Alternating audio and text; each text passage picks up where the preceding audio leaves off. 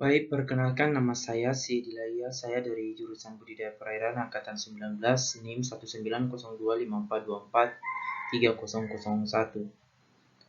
Saat ini saya akan menjelaskan mengenai sumber dan penerapan hormon pada bidang akukultur dan bagaimana penerapannya dari mata kuliah endokrinologi ikan.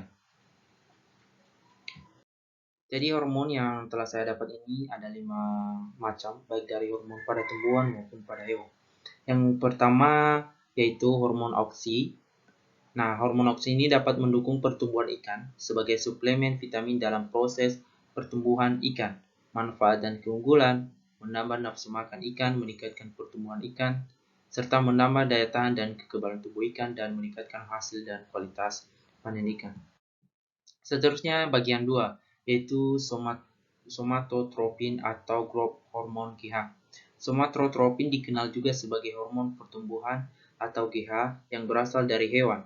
Adalah hormon polipeptida yang berasal dari protein berupa 191 rantai asam amino yang disintesis, disimpan dan dilepaskan oleh sel somatotrop di dalam sayap anterior kelenjar pituitari.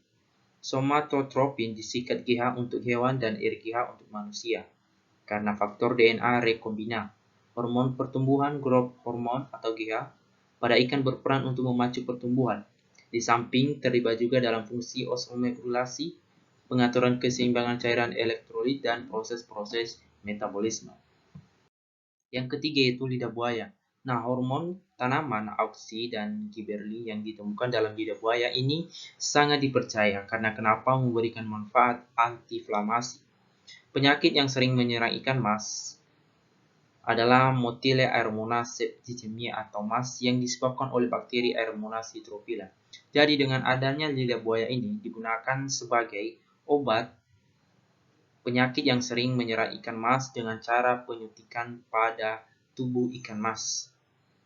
Sehingga nanti penyakit yang sering menyerang ini bisa berkurang atau bakteri tersebut bisa menghilang pada ikan mas. Seterusnya bagian 4 yaitu daun sirih. Nah, daun sirih ini juga mempunyai hormon alami dari tumbuhan yang mana efektivitas daun sirih untuk mengetahui pengaruh penambahan ekstra daun sirih ke dalam pakan terhadap kelangsungan hidup ikan gurame yang diinfeksi Aeromonas hydrophila dan menentukan konsentrasi ekstra daun sirih yang efektif sebagai antibakteri pada ikan gurame yang diinfeksi oleh Aeromonas hydrophila. Ekstrak daun sirih yang diaplikasikan melalui pencampuran pada pakan dapat digunakan sebagai upaya menekan aktivitas patogenitas pada ikan gurame yang diuji tantang dengan bakteri Aeromonas hydrophila. Nah, daun sirih ini dicampur pada pakan sehingga nanti penyakit atau bakteri Aeromonas hydrophila yang sering menyerang kelangsungan hidup gurame tersebut bisa menghilang. Seterusnya bagian ke-5 atau hormon ODEF. Hormon DEF ini berasal dari serum bangsa Equidae seperti kuda